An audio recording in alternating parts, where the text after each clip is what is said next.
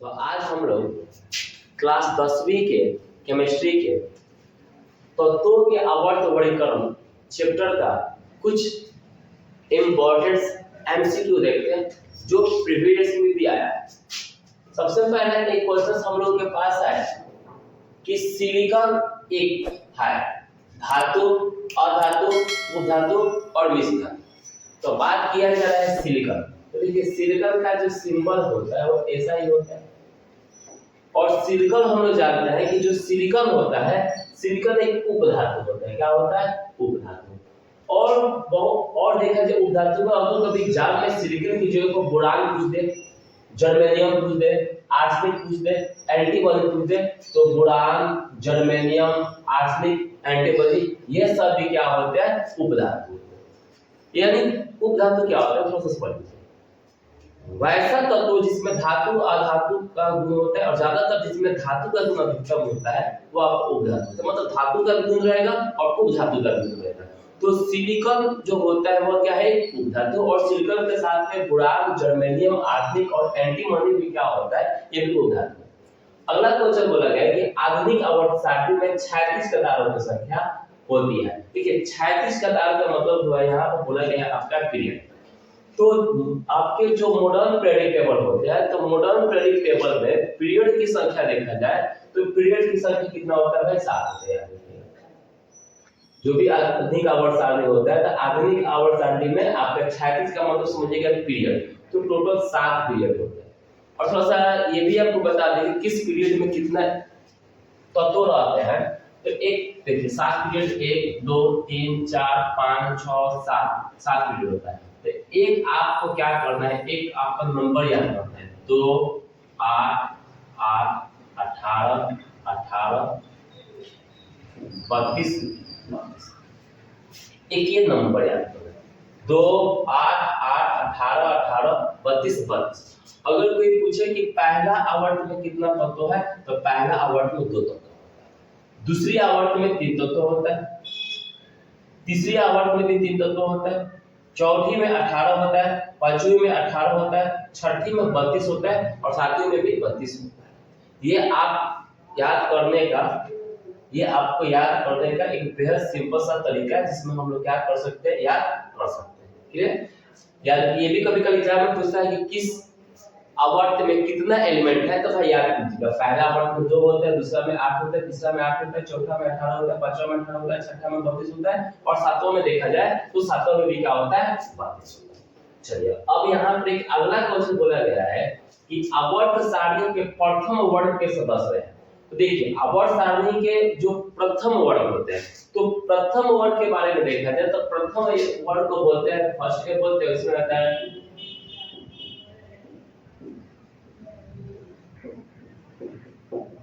ये आपके प्रथम वर्ग के ये लोग सदस्य होते हैं और इनको बोला जाता है अल्कली मेटल, क्षारीय धातु बोला जाता है। तो जब भी इस टाइप का सवाल आ जाए कि आवर्त सारणी का प्रथम वर्ग के सदस्य होते हैं, तो भाई याद रखिएगा ये आपका होते हैं क्षारीय धातु। एक अगला यहाँ पर बोला गया है कि क्वेश्चन बोला गया है कि किसी भी कोष में इलेक्ट्रॉन्स की अधिकतम संख्या होती है, यानी कोई भी आपके सेल्स और उस सेल्स में मैक्सिमम ऑफ इलेक्ट्रॉन की संख्या के बारे में पूछा जाए तो इसका जो आंसर हो जाएगा वह आंसर हो जाएगा 2n²। एक फॉर्मूला याद रखिएगा 2n², जहां पर n का जो मतलब होता है, n का मतलब होता है आपका number of orbit. Number of orbit जो n का जो मतलब होता है वो n का मतलब होता है नंबर ऑफ ऑर्बिट। तो किसी भी सेल में या कोष में जब भी मैक्सिमम इलेक्ट्रॉन की संख्या पूछा जाए तो मैक्सिमम इलेक्ट्रॉन की संख्या बोलेगा 2n²। चलिए थोड़ा सा इस पर और बात समझते हैं। अगर मान लीजिए कभी आपको बोला गया है कि पहला सेल में पहला कोष में कितने इलेक्ट्रॉन होगा, तो बस कुछ नहीं करना है, 2n² फॉर्मूला कर दीजिएगा 2 और पहला कोष का पूछा था 1² कर दीजिएगा तो 2 * 1 बराबर कितना? 2। अब कोई पूछे कि बताइए कि दूसरा सेल में कितना होगा, बस फॉर्मूला याद रखिए 2n²। चलिए 2 और दूसरा कक्ष बोला है तो n का मतलब वही तो नंबर ऑफ ऑर्बिट होते हैं, तो दूसरे ऑर्बिट के बाद कहते हैं n का स्क्वायर कीजिए मतलब 2 का स्क्वायर कीजिए तो 2 * 2 का स्क्वायर 4 बराबर कितना? 8 होगा। इस तरीका से हम लोग क्या कर सकते हैं, इस तरीका से हम लोग याद कर सकते हैं। चलिए और कुछ क्वेश्चन तो देखते हैं, और कुछ सवाल को हम लोग देखते हैं।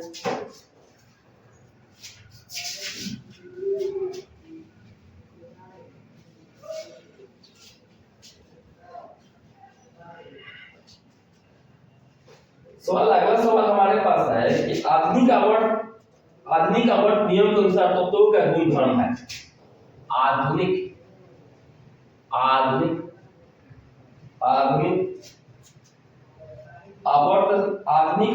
नियम है, आधुनिक आवर्त नियम में आधुनिक आवर्त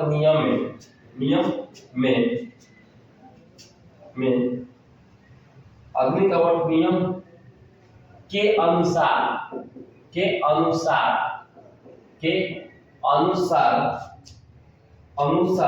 तत्वों का गुणधर्म। तो देखिए इसका जो आपका आंसर जो होगा, ये ऑब्जेक्टिव टाइप का है, लेकिन हम आंसर बताते हैं। आधुनिक आवर्त सारणी में पूछा है तो परमाणु संख्या के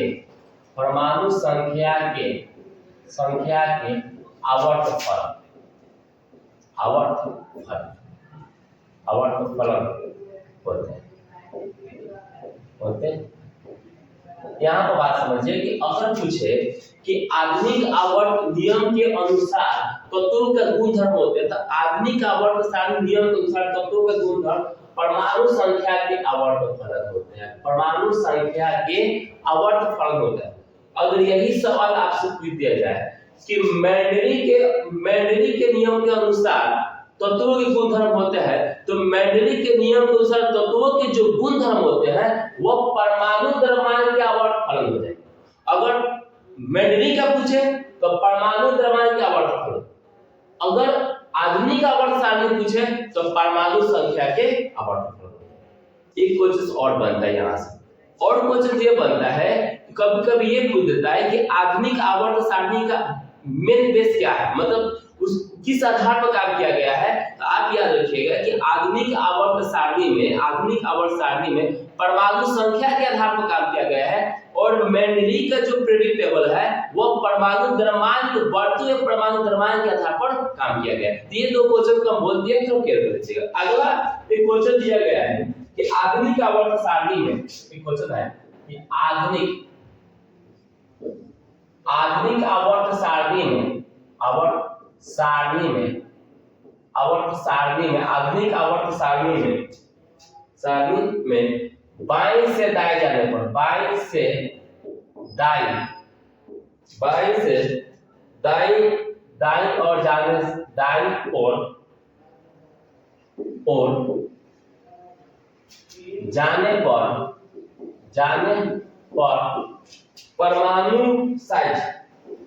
परमाणु साइज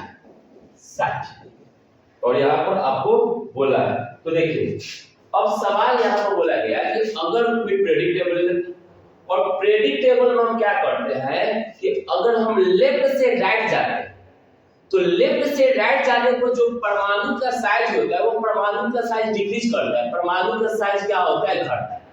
कारण समझिएगा, जब भी हम लेफ्ट से राइट जाएंगे तो नंबर ऑफ प्रोटॉन्स बढ़ता है, यानी प्रोटॉन्स की संख्या बढ़ता है, और नंबर ऑफ प्रोटॉन्स बढ़ने के कारण क्या होता है कि उन लोगों के बीच में आकर्षण बल बढ़ता है, और आकर्षण बल बढ़ने के कारण क्या होता है कि जो परमाणु का साइज होता है वो परमाणु का साइज डिक्रीजिंग होते जाता है, अर्थात घटते जाता है। तो एक बात दिमाग में जरूर रखिएगा कि जब भी हम प्रेडिक्टेबल में लेफ्ट टू राइट जा रहे हैं, लेफ्ट से राइट जा रहे हैं, तो परमाणु का क्या घटता है। क्यों घटता है? क्योंकि नाभिकीय आकर्षण बल जो होता है, नाभिकीय आकर्षण बल बढ़ने के कारण क्या होता है कि परमाणु का जो साइज होता है वो परमाणु का साइज क्या होता है, घटता है। तो इसका होगा कि आंसर जो हो जाएगा वह आंसर हो जाएगा घटता है।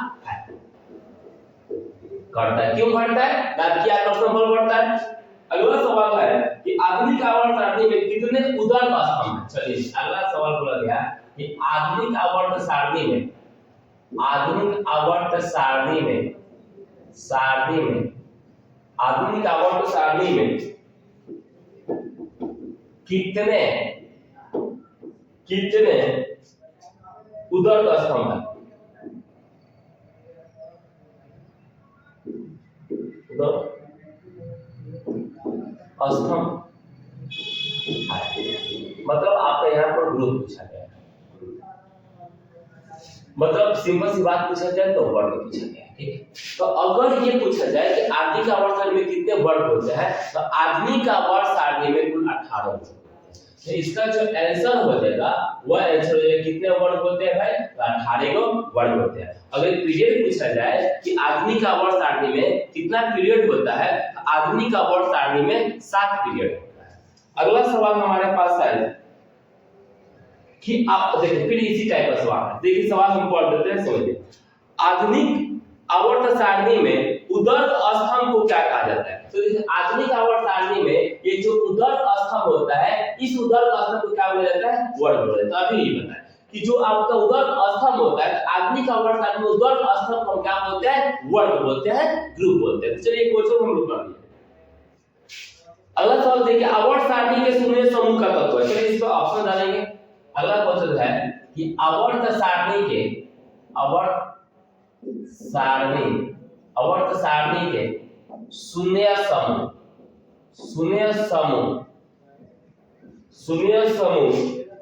का तत्व है।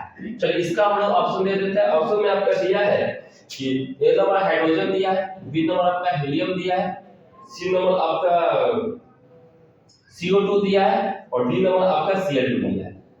चलिए आइए पहले समझते हैं कि ये शून्य समूह क्या है। जो 18वें समूह होता है, 18वें समूह यानी जो ग्रुप नंबर 18 होता है, उस ग्रुप नंबर 18 को ही शून्य समूह कहते हैं।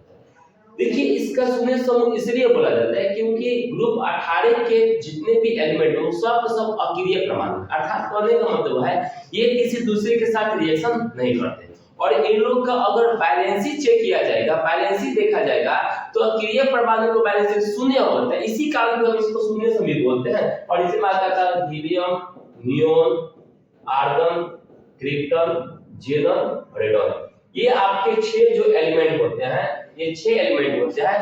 इन सारे की जो बैलेंसी हो जाएगी, इन सारे की बैलेंसी 0 होती है और ये लोग किसी से भी अभिक्रिया नहीं करते। इसी कारण से इन्हें शून्य समूह में रखा गया है। सवाल बोला गया कि आवर्त सारणी के शून्य समूह का तत्व है, तो भाई हीलियम होगा। अगर हीलियम का जगह पर नियोन रहता, नियोन होता, आर्गन रहता, आर्गन होता। यानी यही जो तत्व, जो 6 तत्व है, यही लोग क्या होते हैं? शून्य समूह के तत्व होते हैं और इनको अक्रिय परमाणु भी कहते हैं। और मजे की बात और बता दें कि ये लोग एटॉमिक फ्री स्टेट में रह सकते हैं, एटॉमिक फ्री स्टेट में भी रहते हैं, एटॉमिक फ्री स्टेट में भी लोग रहते हैं। कहने का मतलब है कि ये लोग ऐसे एटम है जो एकल परमाणु का वास्तव में लोग क्या होते हैं? स्टेबल होते हैं। बाकी कोई भी एटम एकल परमाणु का वास्तव में स्टेबल नहीं होते। केवल यही लोग जो अक्रिय परमाणु होते हैं, अक्रिय परमाणु लोग ही क्या होते हैं कि एकल परमाणु का वास्तव में क्या होते हैं? स्टेबल होते हैं। यानी परमाणु का वास्तव में क्या होते हैं? स्टेबल। बाकी कोई भी एटॉमिक फॉर्म में कोई भी स्टेबल है, सब लोग मॉलिक्यूलर फॉर्म में क्या होते हैं? स्टेबल होते हैं। बट अक्रिय परमाणु जो होते हैं वो एटॉमिक फॉर्म में ही क्या होते हैं? स्टेबल होते हैं। चलिए ये भी बात समझ में आई। इसका आंसर जो हो जाएगा हीलियम हो जाएगा। अगला सवाल बोला गया है, देखिए इससे पहले आपको हम एक सवाल बोले थे कि आधुनिक आवर्त सारणी का आधार क्या था बताया है, और मैं आपका मेंडली का क्या। देखिए सवाल यहाँ पर बोला गया है कि आधुनिक आवर्त सारणी में तत्वों के वर्गीकरण का आधार क्या है। तो जो आधुनिक आवर्त सारणी था, तो उस आधुनिक आवर्त सारणी में जो तत्वों का वर्गीकरण का आधार था वो क्या था भैया? वो था परमाणु संख्या। और अगर मेंडली का पूछ दे कि मेंडली का बताइए तत्वों के वर्गीकरण का आधार क्या था, तो मेंडली के तत्वों के वर्गीकरण का आधार आपका था परमाणु द्रव्यमान। ये भी क्वेश्चन को हम नहीं लिखते, सुन लिया हम उसको लिखते। और सवाल कुछ देखते हैं, वीडियो को देख देख कर कम से कम सुन कर लिख लीजिएगा, चलो जितना भी हो।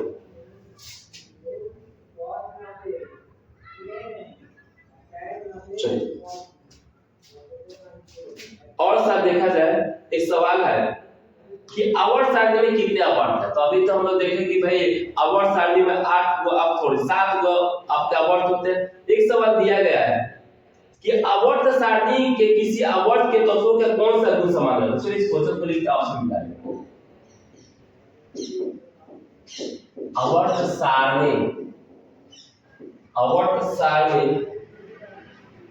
के किसी तत्व में कौन सा गुण समान रहता है। चलिए ऑप्शन क्या क्या दिया है बता देते हैं। परमाणु भार,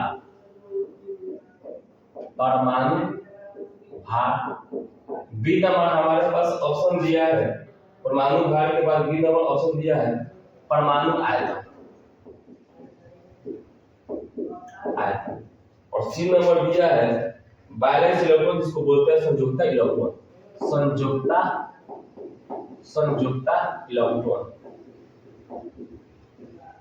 और आपका दिया है डी नंबर दिया है कक्षों की संख्या।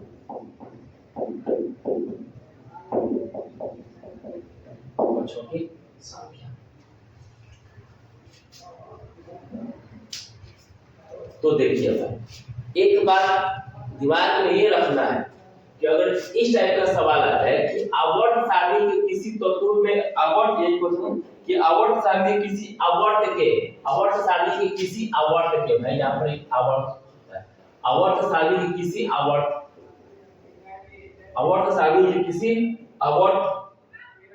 में कौन सा गुण समान। तो देखिए अगर हम किसी भी पीरियड की बात किया जाए तो अगर पीरियड में देखा जाए तो भाई परमाणु भार, हर एक तत्व का परमाणु भार समान होता है, परमाणु भार अलग। तो परमाणु भार का ऑप्शन होगा नहीं, क्योंकि परमाणु भार मान लीजिए हम किसी भी आपका हम पीरियड, जैसे मान लीजिए हम तीसरा पीरियड के ले लेते हैं, ठीक है। तो अगर हम तीसरा पीरियड के कोई एलिमेंट लेते हैं, जैसे मान लीजिए हम सोडियम ले लिए, मैग्नीशियम ले लिए, आपका समझ में सोडियम ले लेते हैं, मैग्नीशियम ले लेते हैं, एल्युमिनियम ले लेते हैं, सिलिकॉन ले लेते हैं, ऐसे चलता है। ये आपका देखिएगा तो एक पीरियड का एलिमेंट होगा, तीसरा पीरियड। तो अब देखिए तो सोडियम का मैग्नीशियम का दोनों के क्या परमाणु भार कभी समान हो सकता है? परमाणु भार कभी भी समान नहीं हो सकता है। परमाणु आयतन भी जो वॉल्यूम का मतलब होता है किसी भी वस्तु द्वारा अद्वितीय स्थान को वॉल्यूम कहते हैं, तो इसका वॉल्यूम भी क्या होगा? समान नहीं हो सकता है। संयोजकता इलेक्ट्रॉन, बैलेंस इलेक्ट्रॉन, भाई बैलेंस इलेक्ट्रॉन भी समान नहीं होगा। चलिए देखते हैं। सोडियम का परमाणु संख्या 11 होता है, कॉन्फ़िगरेशन दीजिए 1s2 2s2 2p6 3s। ठीक है, इसके पास बैलेंस इलेक्ट्रॉन की संख्या 1 है। चलिए इस मैग्नीशियम का, चूंकि sodium, magnesium, aluminium, silicon, phosphorus, sulphur, chlorine, ये सब देखा जाए ये सब एक आवर्त का तत्व है। ये आपका एक आवर्त का तत्व है। तो चलिए मैग्नीशियम का 12 होता है, तो यहाँ पर 1s2 2s2 2p6 3s2 करते तो देखें क्या ये समान है? ये भी समान नहीं है, मतलब ये भी आंसर नहीं होगा, यानी अब आंसर का बचा कक्षों की संख्या। चलिए देखते हैं। अगर सोडियम को हम कॉन्फ़िगरेशन किया तो इसके पास 3s होता है, और इसका भी कॉन्फ़िगरेशन करेंगे तो 3s2 आएगा। तो देखा जाए आप इसका भी कॉन्फ़िगरेशन करेंगे तो आपका आ जाएगा, आपका कितना आएगा? आपका 3s2 आ जाएगा। चलिए एल्युमिनियम का 13 होता है, करके देखते हैं। 1s2 2s2 2p6 2 2 4 6 10, इसके बाद 3s2 12 और 3 3 1। तो देखा जाए यहाँ पर भी, यहाँ पर भी, और देखिए तो 3, यानी किसी भी आवर्त के आवर्त में आपका कौन सा गुण समान रहता है? तो वो गुण समान रहता है आपका कक्षों की संख्या। तो मेरे ख्याल से ये आपको प्रश्न समझ में आया। अगला सवाल हमारे पास देखा जाए क्या है।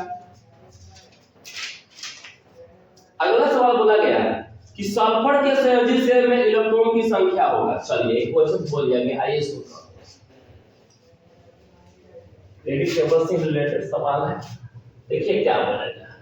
सवाल आपको यहाँ पर बोला गया कि सल्फर के संयोजी शेल में, यानी संयोजी शेल का मतलब होता है बैलेंस है और सल्फर। तो चलिए सल्फर के परमाणु संख्या आपका 16 होता है, चेक कर लेते हैं, कॉन्फ़िगरेशन कर लेते हैं। तो 1s2 2s2 2p6 3s2। चलिए काउंटिंग करते हैं। 2 2 4 6 4 10 2 12। अब कितना बचा जी? 3p4, यही बचा, यही हुआ। अब पूछ रहा है, क्वेश्चन आपका यह है कि सल्फर के संयोजित सेल में इलेक्ट्रॉनों की संख्या बताइए। तो आपको सबसे पहले बैलेंस सेल चेक करना पड़ेगा। तो देखिए, जो भी मैक्सिमम ऑर्बिट नंबर जो भी होते हैं, वो मैक्सिमम नंबर ऑर्बिट ही बैलेंस सेल होता है। तो इसमें देखा जाए कि लोग में मैक्सिमम ऑर्बिट नंबर 3s और 3p है।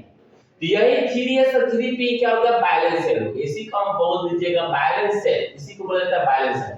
और सवाल आपसे यही पूछा गया है कि सल्फर के बैलेंस सेल में इलेक्ट्रॉन की संख्या कितना होगा। तो देखिए 4 और 2 6, यानी इसके बैलेंस सेल में कितने इलेक्ट्रॉन होंगे, 6 इलेक्ट्रॉन होंगे। तो भाई अभी टाइप का सवाल आए, कभी भी पूछे कि किसी के बैलेंस सेल में कितने इलेक्ट्रॉन होंगे, तो सबसे पहले उसका कॉन्फ़िगरेशन कर लीजिएगा, इलेक्ट्रॉन्स विन्यास कर लीजिएगा, और इलेक्ट्रॉन्स विन्यास करने के बाद बैलेंस सेल चेक कर लीजिएगा और देख लीजिए कि उसके बैलेंस सेल में जितने इलेक्ट्रॉन की संख्या होगा, वही इलेक्ट्रॉन की संख्या उस बैलेंस सेल के इलेक्ट्रॉन की संख्या कहा जाती है। तो मेरे ख्याल से ये भी आपको सवाल समझ में आया है।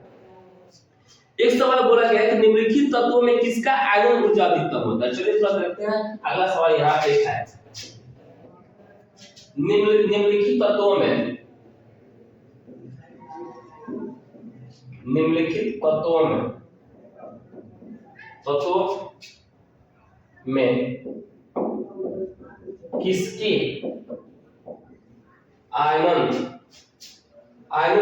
किसकी आयनन ऊर्जा अधिकतम होती है,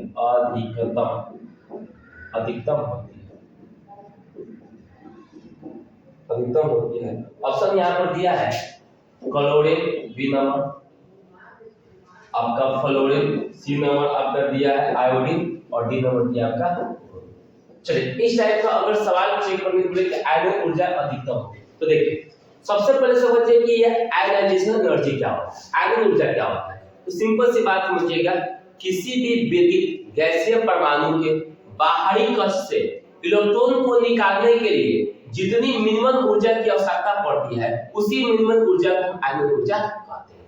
देखिए यहाँ पे शॉर्ट में बताए, क्या बताए, किसी भी विद्युत गैसीय परमाणु के बाहरी कक्ष से इलेक्ट्रॉन को निकालने के लिए जितने ऊर्जा की आवश्यकता पड़ती है, उसी ऊर्जा को हम लोग क्या बोलते हैं, आयन ऊर्जा कहते हैं। तो बोला कि किसकी आयन ऊर्जा अधिकतम है, बाहरी कक्ष से इलेक्ट्रॉन निकालना। चलिए पहले यहाँ पर देखिए ये आपका वर्ड मिस होता है, तो फ्लोरीन, क्लोरीन, ब्रोमीन और आयोडीन।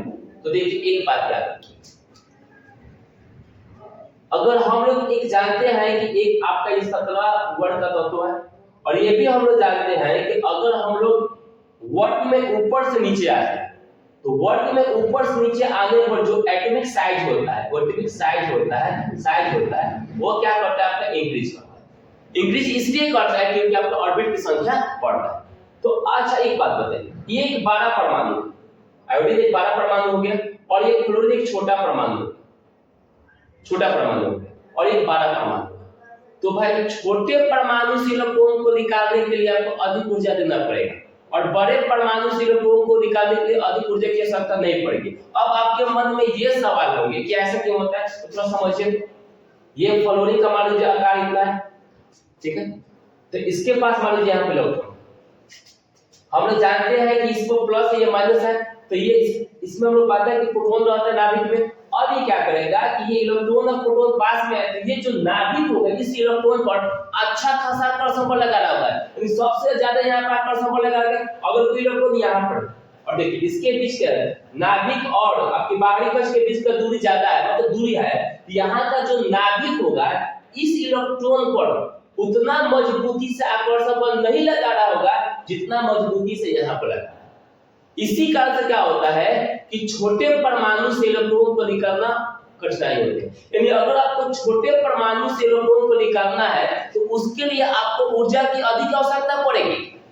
तो भाई किसकी आयन ऊर्जा, मतलब भाई किसकी आयन ऊर्जा ज्यादा हो जाएगा, तो वैसे छोटा परमाणु तो फ्लोरीन, यानी आपका जो आंसर हो जाएगा वो हो जाएगा फ्लोरीन। और सबसे पूछेगा अगर सवाल में आ जाए कि निम्नलिखित में किसकी आयन ऊर्जा मिनिमम होगी, तो आपका आंसर क्या हो जाएगा, वो आपका हो जाएगा आयोडीन। तो दिमाग में रखिएगा, छोटा परमाणु से इलेक्ट्रॉन को निकालने के लिए ज्यादा ऊर्जा की आवश्यकता पड़ती है, जबकि बड़े परमाणु से इलेक्ट्रॉन को निकालने के लिए कम ऊर्जा की आवश्यकता पड़ती है, क्योंकि छोटे परमाणु में क्या होता है कि जो नाभिक होता है वो इलेक्ट्रॉन को मजबूती से आकर्षण बंधा रहता है, मतलब आकर्षण बल अच्छा खासा लगता है, और बड़े परमाणु पर क्या होता है कि उतना मजबूती से आकर्षण बल नहीं लगता है। इसी कारण से क्या होता है कि जहां पर आकर्षण बल कम होता है वहां पर कम ऊर्जा में ही क्या करते हैं, इलेक्ट्रॉन को बाहर निकाल सकते हैं, लेकिन जहां पर आकर्षण बल अधिक होता है वहां से ऊर्जा को निकालने के वहां से इलेक्ट्रॉन को निकालने के लिए अधिक ऊर्जा की आवश्यकता पड़ेगी। तो आपका आंसर क्या हो जाएगा, तो आपका आंसर हो जाएगा भाई फ्लोरीन। और एक फ्लोरीन के बारे में एक और बात बता दे कि फ्लोरीन सबसे अधिक विद्युत ऋणात्मक तत्व होता है, यानी इसको सुपरमैन ऑफ द प्रेडिक्टेबल बोला जाता है। और फ्लोरीन सबसे अधिक, अच्छा फ्लोरीन इलेक्ट्रॉन नहीं त्याग करना चाहता है, इसका टेंडेंसी इलेक्ट्रॉन को ग्रहण करना, और सबसे अधिक कोई अगर पूछे कि विद्युत ऋणात्मक तत्व कौन है, तो सबसे अधिक विद्युत ऋणात्मक तत्व पूरे पीरियोडिक टेबल में सबसे अधिक विद्युत ऋणात्मक तत्व आपका फ्लोरीन होता है। चलिए अगला सवाल तरफ हम आते हैं। अगला सवाल हमारा क्या बोला गया कि सवाल देखिए अभी हम लोग पढ़े कि आवर्त सारणी के प्रथम आवर्त में तत्वों की संख्या है। तो हम पहले ही आपको बता दिया है कि आपको एक बताया है कि 2 8 8 18 18 32 32 2 8 8 पहले पूछा तो पहला तो 2, यानी आपको बोल सकते हैं कि आवर्त सारणी के प्रथम आवर्त में कितना होता है आपका 2।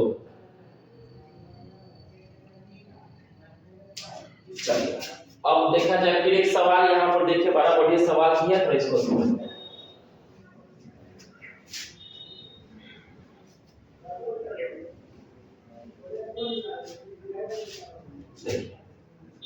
सवाल क्या दिया है कि निम्नलिखित में किसमें इलेक्ट्रॉन को बाहर निकालना सबसे आसान।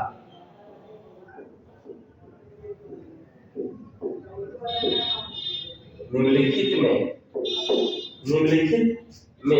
किससे इलेक्ट्रॉन को बाहर निकालना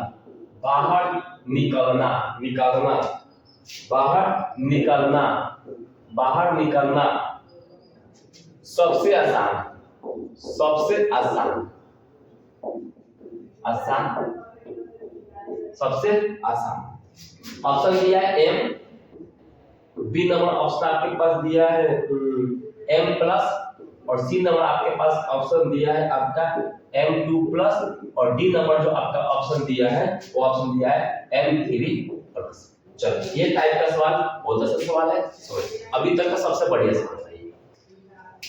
तो अगर इलेक्ट्रॉन निकालने की बात की जाए कि किसको, मतलब सवाल है कि निम्नलिखित में किससे इलेक्ट्रॉन को बाहर निकालना सबसे आसान, तो देखिए इसके बारे में देखा जाए एक, अगर इसको हम एक एटम के रूप में मानते हैं तो एक मान लीजिए एटम है, और ये एटम एक न्यूट्रल एटम, क्योंकि इसके ऊपर किसी भी प्रकार के चार्ज नहीं है, किसी भी प्रकार का चार्ज नहीं है। मान लीजिए आपका नाभिक है, यहाँ पर कोई इलेक्ट्रॉन है, ठीक है, और M प्लस का मतलब हुआ कि इस एटम से कोई इलेक्ट्रॉन को पहले ही बाहर निकाल दिया, यानी इसके ऊपर चार्ज है, ऐसा सवाल। मान लीजिए नाभिक हो गया, एटम हो गया, और यहाँ पे इलेक्ट्रॉन, और इसको प्लस का चार्ज, क्योंकि पहले ही क्या किया गया है, इससे इलेक्ट्रॉन को निकाला गया। तो सब आप दिमाग में तो जो न्यूट्रल एटम होगा, तो न्यूट्रल एटम को निकालना आसान होगा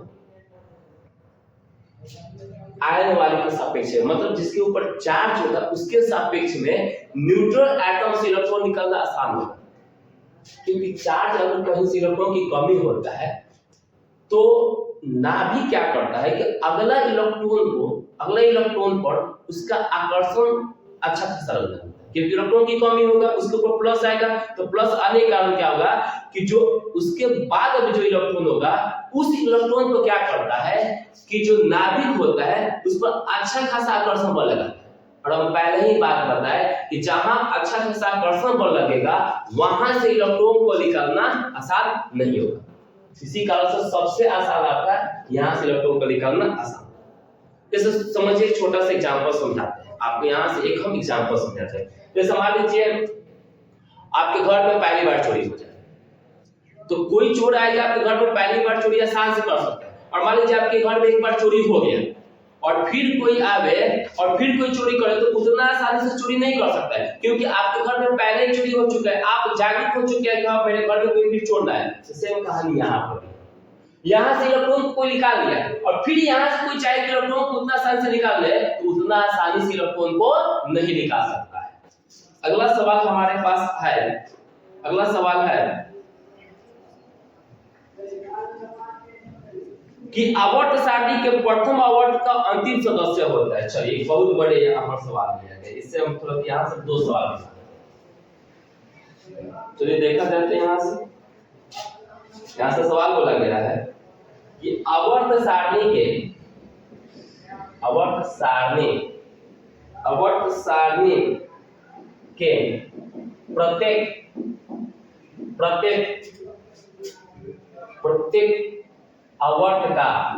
प्रत्येक आवर्त का अंतिम तत्व या सदस्य है। देखिए इस टाइप का दो सवाल बनता है। अगर देखिए क्या बोला गया है कि अंतिम सदस्य, तो अगर आवर्त सारणी के प्रत्येक आवर्त का अंतिम सदस्य बोला जाए तो वो आपका होता है अक्रिय परमाणु। अक्रिय परमाणु वही बताए आपका हीलियम, नियॉन, आर्गन, क्रिप्टन, जेनन, रेडन। ये आपका किसी भी पीरियोडिक टेबल में किसी भी पीरियड का ये सब लास्ट आपका क्या होता है सदस्य। अगर मान लीजिए सवाल ऐसा पूछेगा कि आवर्त सारणी के प्रत्येक आवर्त का प्रथम सदस्य, तो अगर प्रथम सदस्य बोलेगा तो आपका होता है अल्कली मेटल, और किसी भी आवर्त का प्रथम सदस्य की बात बोला जाएगा तो प्रथम सदस्य आपका होता है अल्कली मेटल, और अगर अंतिम सदस्य के बारे में पूछा जाए तो अंतिम सदस्य आपका होता है अक्रिय परमाणु या निष्क्रिय परमाणु या नोबेल का जो बोलना है। चलिए एक क्वेश्चन और पूछा गया है, क्वेश्चन क्या है कि किसी तत्व में दो सेल है। चलिए किसी तत्वों में दो सेल है, किसी तत्वों में दो सेल है। अच्छा, और दोनों इलेक्ट्रॉन से पूर्णतः भरे हुए, और दोनों ही इलेक्ट्रॉन से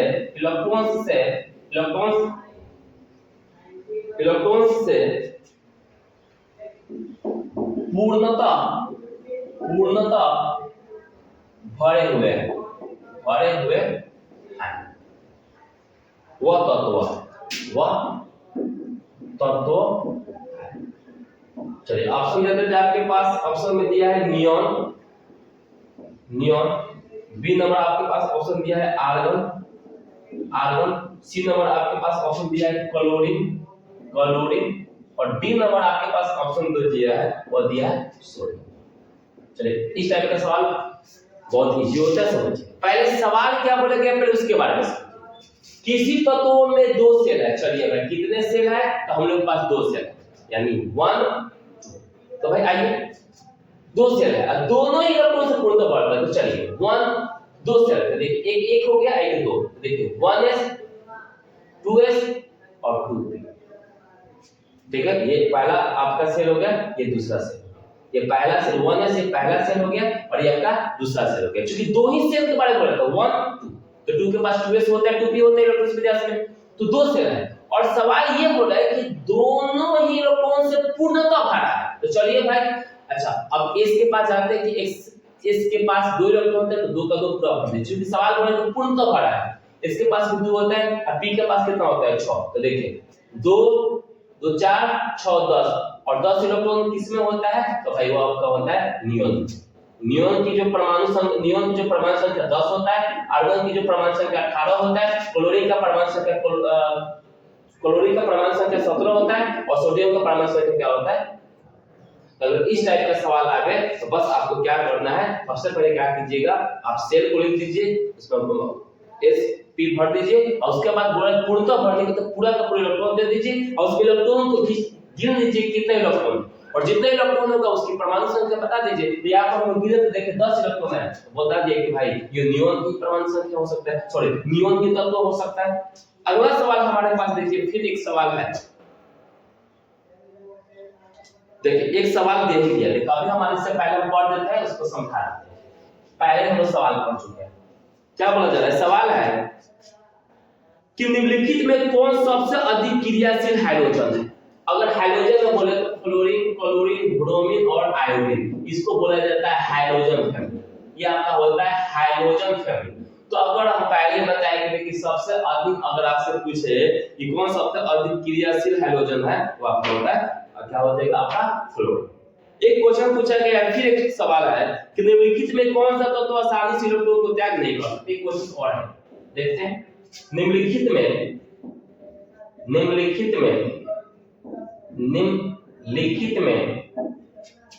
कौन सा तत्व निम्नलिखित में कौन सा तत्व आसानी से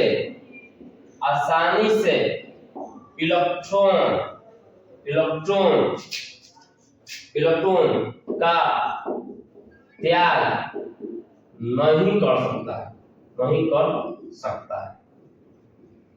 नहीं कर सकता है। ऑप्शन आपको दे देते हैं आपके सामने। सोडियम है, बी नंबर ऑप्शन आपके पास फ्लोरीन है, सी नंबर हमारे पास ऑप्शन मैग्नीशियम है, और डी नंबर हमारे पास क्वेश्चन जो है वह एल्फी। देखिए, आइए बेहद इजी सवाल है। सवाल बोला जाए कि निम्नलिखित में कौन सा तत्व आसानी से इलेक्ट्रॉन को त्याग नहीं कर सकता। तो भाई हम लोग एक बात जानते हैं कि जो तत्व आसानी से इलेक्ट्रॉन को त्याग करता है वो धातु होता है, जो इलेक्ट्रॉन ग्रहण करता है वो अधातु होता है, और नहीं कर सकता है। तो सिंपल सी बात है कि जो आपके अधातु है, अधातु इलेक्ट्रॉन को ग्रहण नहीं कर सकते, सॉरी अधातु इलेक्ट्रॉन को त्याग नहीं कर सकते, क्योंकि अधातु की जो प्रवृत्ति होती है वह प्रवृत्ति इलेक्ट्रॉन को ग्रहण करता है, और जो धातु की प्रवृत्ति होता है वह धातु की प्रवृत्ति इलेक्ट्रॉन को त्याग। तो सोडियम भाई धातु है, इलेक्ट्रॉन को त्याग आसानी से कर सकता है। मैग्नीशियम धातु है, ये आसानी से इलेक्ट्रॉन को त्याग कर सकता है। फेरस आयरन ये भी धातु है, ये भी आसानी से इलेक्ट्रॉन को त्याग कर सकता है। बट यहाँ पर जो ये फ्लोरीन हुआ, ये फ्लोरीन क्या हुआ, अधातु हुआ, और अधातु का टेंडेंसी होता है इलेक्ट्रॉन को ग्रहण करना, न कि इलेक्ट्रॉन को त्याग करना। इसी कारण यहाँ पर फ्लोरीन हुआ तत्व होगा जो आसानी से इलेक्ट्रॉन को त्याग नहीं कर सकता। तो मेरे ख्याल से आप लोग की यहाँ तक बात को समझ में आया। धन्यवाद।